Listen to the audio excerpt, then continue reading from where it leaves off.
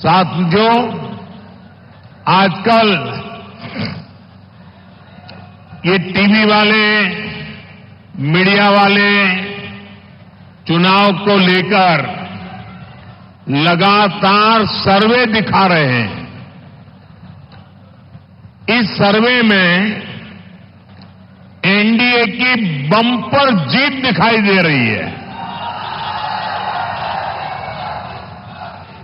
लेकिन मैं आज मीडिया वालों की मदद करना चाहता हूं। ये सर्वे के पीछे ये मीडिया वाले इतना खर्चा क्यों करते हो भाई? इनको पैसा बचाने का एक फॉर्मूला आज मैं देना चाहता हूं। जब मोदी को गालियां बढ़ जाएं तो रुझान समझ जाइए, फिर एक बार जब ये लोग मेरे स्वर्गीय पिताजी या माताजी को गाली देने लगे तो समझ जाइए, फिर एक बार जब ईवीएम पर सवाल उठने लगे तो रुझान समझ जाइए, फिर एक बार। साथियों, आजकल ये इंडी गठबंधन वाले और उनके लोग ये झूठ भी फैला रहे हैं कि मोदी तीसरी बार सरकार में आया तो लोकतंत्र और संविधान खतरे में पड़ जाएगा। अभी नितिन जी ने उसका बड़ा जमकर के जवाब दिया है। मैं जब से राजनीति में आया हूं, ये कोई ऐसा चुनाव नहीं गया है जिसमें उन्होंने ये घिसी पीटी कथा न सुनाई हो। अटल जी की सरकार बनी तब भी ऐसे ही गीत गा रहे थे। इसका मतलब इनकी बैंकरप्सी इतनी है कि इनके पास कोई नया आइडिया भी नहीं है। इमरजेंसी के दौरान क्या लोकतंत्र खतरे में नहीं पड़ा था? पूरब से पश्चिम तक, उत्तर से दक्षिण तक, अगर इन लोगों के परिवार का सरकार का एक प्रकार से कब्जा था, चारों तरफ वही नजर आ रहे थे, क्या उस समय लोकतंत्र खतरे में नहीं पड़ता था? एक गरीब का बेटा जैसे ही देश का प्रधानमंत्री बन गया, इन्हें लोकतंत्र और संविधान खतरे में दिखाई देने लगा। ये इंडी गठबंधन वाले कभी गरीब को आगे बढ़ते हुए नहीं देख सकते। अभी हमारे शिंदे जी कहावत बता रहे थे। मराठी में एक और कहावत है, काठी मारल्याने पाणी दुभंगत नाही।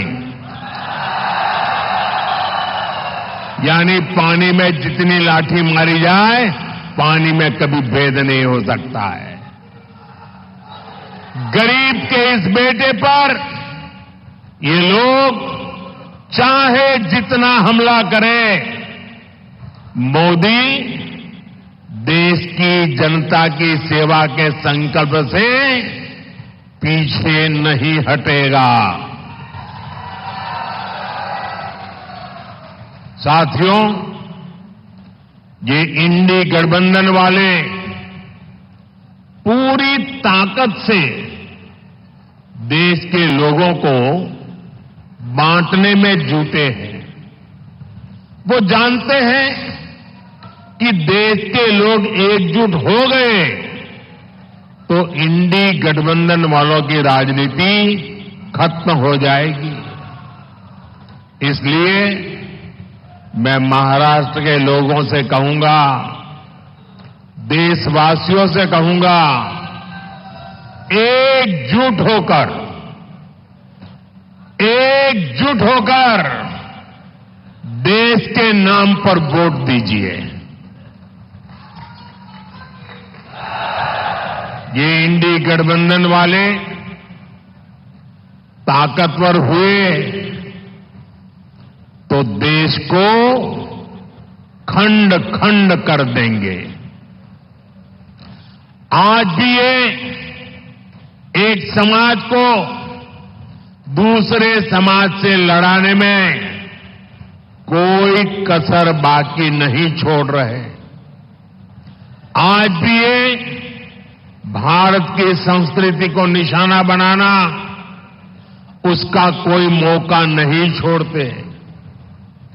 हमारा ये रामटेक वो स्थान है जहां खुद प्रभु राम के पैर पड़े हैं।